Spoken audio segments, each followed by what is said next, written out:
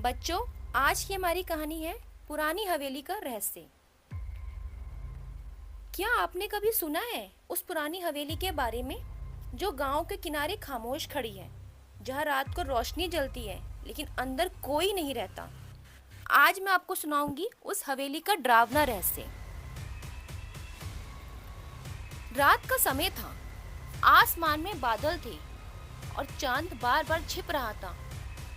गांव के लोग जल्दी सो गए थे, लेकिन एक पुरानी हवेली थी जो जंगल के किनारे खड़ी थी।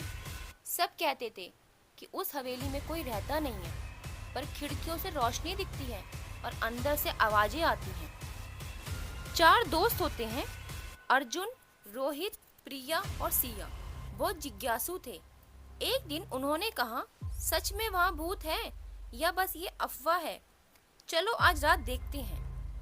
गांव के बुजुर्गों ने उन्हें मना भी किया, उस हवेली में मत जाना बच्चों, जो भी गए हैं कभी वापस लौट के नहीं आया है। लेकिन दोस्त नहीं माने। रात के 12 बजे वे चारों टॉर्च लेके हवेली पहुंचते हैं। दरवाजा जंग लगा हुआ था, लेकिन हल्का धक्का देते ही खुद ही खुल गया। अंदर अंधेरा और सड़ांध की गंध थी। दीवारों पे मकड़ी के जाले, टूटी खिड़कियां और पुराने पेंटिंग्स थे, जिनमें बनी आंखें ऐसे लग रही थी जैसे किसी को घूर रही हूँ। वे अंदर बढ़े, पीछे से दरवाजा अपने आप बंद हो गया। सब चौंक गए। फिर ऊपर से पायल की हल्की सी आवाज आई। सिया बोली, क्या तुमने सुना? सब ने डरते हुए सिर हिलाया।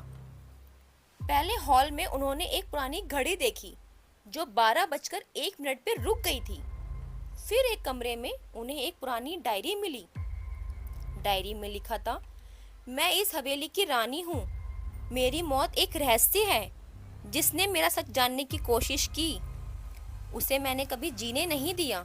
दोस्तों की रूह कांप गई। अचानक हवा का तेज झोंका आया और टॉर्च बुझ गई। चारों अंधेरे में फंस गए। फिर कमरे के कोने से एक औरत की धीमी हंसी सुनाई दी। प्रिया ने चीख मारी और सब भागते हुए दूसरे कमरे में पहुंच गए। उस कमरे में एक बड़ा पेंटिंग था। उसमें वही औरत थी जिसने डायरी लिखी थी।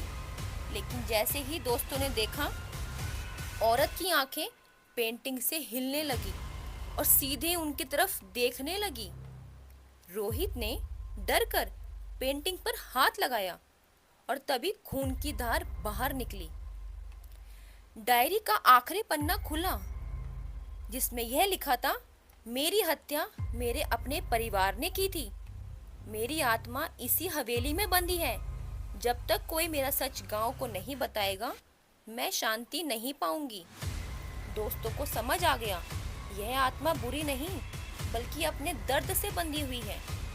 लेकिन जैसे ही उन्होंने बाहर निकलने की कोशिश की, पूरा घर हिलने लगा। सीढ़ियों से वही औरत उतरी, सफेद साड़ी, लंबे खुले बाल और आंखों में लाल चमक। उसने कहा, क्या तुम मेरा राज सबको बताओगे या यहीं दफन हो जाओगे? सारे दोस्त कांप गए, लेकिन अर्जुन ने हिम्मत करके बोला, हम तुम्हारा सच गांव तक जरूर पहुंचाएंगे। यह सुनते ही औरत का चेहरा शांत हो गया। उसने धीमी आवाज में कहा, धन्यवाद, अब मैं मुक्त हूँ। और धीरे धीरे धुंध में बदलकर गायब हो गई। दरवाजा अपने आप खुल गया और हवेली फिर से शांत हो गई। अगली सुबह चारों दोस्तों ने गांव के सामने हवेली का सच बताया।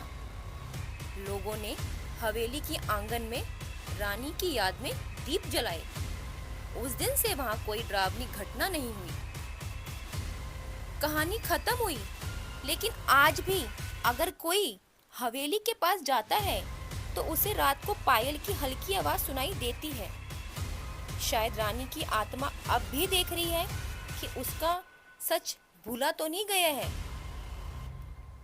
बच्चों, अगर आपको मेरी ये कहानी अच्छी लगी हो तो प्लीज़ मेरे चैनल को लाइक एंड सब्सक्राइब जरूर करिएगा।